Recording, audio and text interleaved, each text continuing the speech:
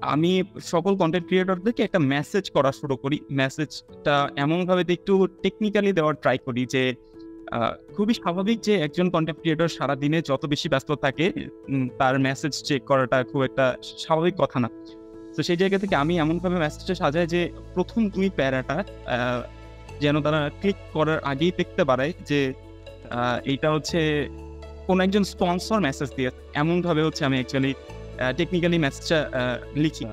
তো এরপরে ওইটা খুব ভালোভাবেই কাজ করে অ্যান্ড আমার সর্বপ্রথম হচ্ছে আমি তখন ঢাকায় ছিলাম।